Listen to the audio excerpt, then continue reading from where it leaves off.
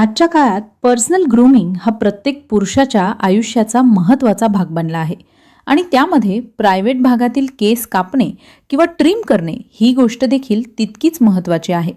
अनेकांना हा विषय थोडा ऑकवर्ड वाटतो, काहींना लाज वाटते, तर काहींना नेमकं कसं करायचं हे माहिती नसतं. पण सत्य हे आहे की ही एक पूर्णपणे सामान्य आणि आवश्यक गोष्ट आहे, जी स्वच्छता, आराम आणि आत्मविश्वासाशी थेट जोडलेली आहे.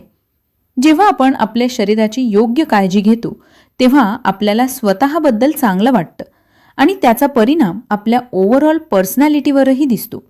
त्यामुळे प्रायव्हेट केस कापणे ही फक्त बाह्य सौंदर्याची गोष्ट नसून हायजीन आणि हेल्थसाठी देखील महत्त्वाची आहे. प्रायव्हेट भागात केस असणं ही नैसर्गिक गोष्ट आहे आणि त्याचे काही फायदेही असतात, जसे की त्वचेचे संरक्षण करणे, घर्षण कमी करणे आणि काही प्रमाणात बॅक्टेरियापासून संरक्षण देणे. त्यामुळे पूर्णपणे केस काढणं हे आवश्यकच आहे असे नाही. अनेक पुरुष फक्त ट्रिम ठेवणे पसंत करतात कारण ते कम्फर्टेबल आणि प्रॅक्टिकल असते. पण काहींना क्लीन शेव आवडते, जे पूर्णपणे वैयक्तिक निवड आहे. महत्त्वाची गोष्ट म्हणजे तुम्ही कोणताही पर्याय निवडला तरी तो सुरक्षित आणि योग्य पद्धतीने करणे. प्रायव्हेट केस कापण्याची प्रक्रिया सुरू करण्यापूर्वी सर्वात महत्त्वाचा टप्पा म्हणजे योग्य साधनांची निवड. बाजारात आजकाल अनेक प्रकारचे बॉडी ग्रूमर्स आणि ट्रिमर्स उपलब्ध आहेत, जे विशेषतः सेन्सिटिव्ह भागासाठी बनवलेले असतात. हे ट्रिमर सामान्यतः स्किन फ्रेंडली असतात आणि कट्स होण्याची शक्यता कमी करतात. जर तुम्ही बिगिनर असाल तर ट्रिमर हा सर्वात सेफ पर्याय आहे. कात्री वापरणे देखील शक्य आहे, पण त्यासाठी खूप काळजी आणि स्थिर हात आवश्यक असतो. रेझर वापरताना मात्र विशेष सावधगिरी बाळगावी लागते. नेहमी नवीन, स्वच्छ आणि शार्प ब्लेड वापरणे गरजेचे आहे, कारण बोथट ब्लेड त्वचेवर ओढ निर्माण करतो आणि कट्स होण्याचा धोका वाढवतो. प्रक्रिया सुरू करण्यापूर्वी शरीराची योग्य तयारी करणे खूप महत्त्वाचे आहे. कोरड्या केसांवर थेट ट्रिमिंग किंवा शेविंग करणे टाळावे. त्याऐवजी कोमट पाण्याने अंघोळ करणे फायदेशीर ठरते. यामुळे केस मऊ होतात आणि त्वचा रिलॅक्स होते, ज्यामुळे केस कापणे सोपे होते. काही लोक अंघोळीनंतर लगेच शेविंग करतात, कारण त्यावेळी स्किन सर्वात जास्त प्रिपेअर्ड असते. जर अंघोळ शक्य नसेल तर किमान काही मिनिटे त्या भागावर कोमट पाणी लावणे देखील उपयुक्त ठरते. जर केस खूप लांब असतील तर थेट रेझर वापरणे टाळावे. आधी सीझर्स किंवा ट्रिमरने केस छोटे करणे हा योग्य मार्ग आहे. मोठे केस रेझरमध्ये अडकू शकतात आणि त्यामुळे त्वचेवर ओढ येऊन जखम होऊ शकते. त्यामुळे ट्रिमिंग हा पहिला स्टेप असावा. ट्रिमिंग केल्यानंतरच शेविंग करण्याचा विचार करावा. ट्रिमिंग करताना हलक्या हाताने काम करणे खूप महत्त्वाचे आहे. केसांच्या वाढीच्या दिशेने ट्रिम करणे हा सर्वात सेफ मार्ग आहे. जास्त प्रेशर दिल्यास स्किनला इरिटेशन होऊ शकते. ट्रिमरचा योग्य गार्ड वापरल्यास केस पूर्णपणे काढण्याऐवजी नीट लुक मिळतो. अनेकांना हा लुक जास्त कम्फर्टेबल वाटतो, कारण यात इचिंग आणि इनग्रोन हेअरची समस्या कमी होते. जर तुम्ही क्लीन शेव करायचा निर्णय घेतला असेल तर शेविंग जेल किंवा सोप वापरणे आवश्यक आहे. यामुळे स्किन स्मूथ होते आणि रेझर सहजपणे ग्लाईड होतो. शेविंग करताना नेहमी केसांच्या दिशेनेच हलक्या हाताने हालचाल करावी. उलट दिशेने शेव केल्यास त्वचेवर छोटे बम्प्स, रेडनेस आणि इनग्रोन हेअर होऊ शकतात. अनेक लोक क्लोजर शेवसाठी उलट दिशेने शेव करतात, पण सेन्सिटिव्ह भागात हे टाळणेच योग्य आहे. प्रायव्हेट भागातील सर्वात संवेदनशील भाग म्हणजे टेस्टिकल्स. त्या भागातील स्किन खूप सॉफ्ट आणि लूज असते, त्यामुळे शेविंग करताना विशेष काळजी घ्यावी लागते. स्किन थोडी स्ट्रेच करून मगच रेझर वापरणे हा सेफ टेक्निक आहे.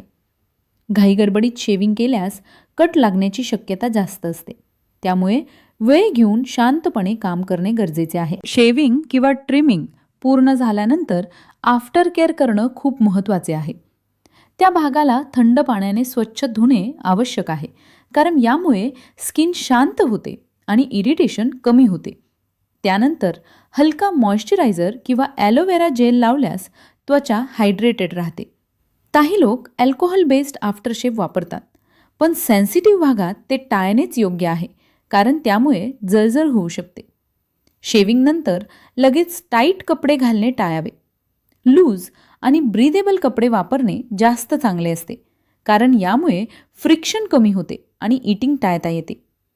कॉटन अंडरवेअर हा सर्वोत्तम पर्याय आहे, कारण तो हवा खेळती ठेवतो आणि त्वचा ड्राय ठेवण्यास मदत करतो. प्रायव्हेट केस कापण्याची फ्रिक्वेन्सी प्रत्येक व्यक्तीच्या प्रेफरन्स आणि हेअर ग्रोथवर अवलंबून असते. काही लोकांना आठवड्यातून एकदा ट्रिमिंग करणे योग्य वाटते, तर काही लोक 2 ते 3 आठवड्यांनी करतात.